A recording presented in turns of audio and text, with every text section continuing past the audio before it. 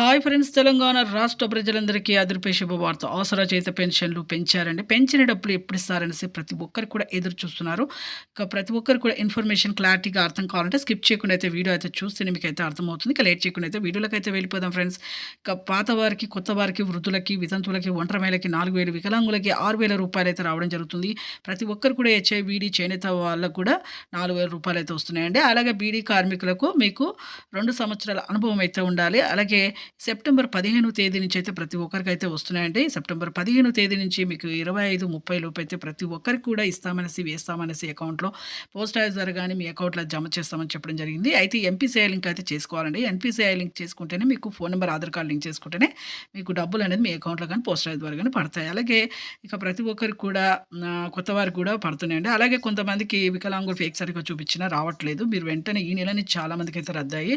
మీరు original certificate చూపిస్తేనే మీకైతే మీ అకౌంట్‌లో అయితే డబ్బులైతే జమ అవుతాయి.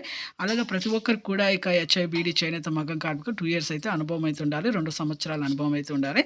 ఇక థాంక్స్ ఫర్ వాచింగ్.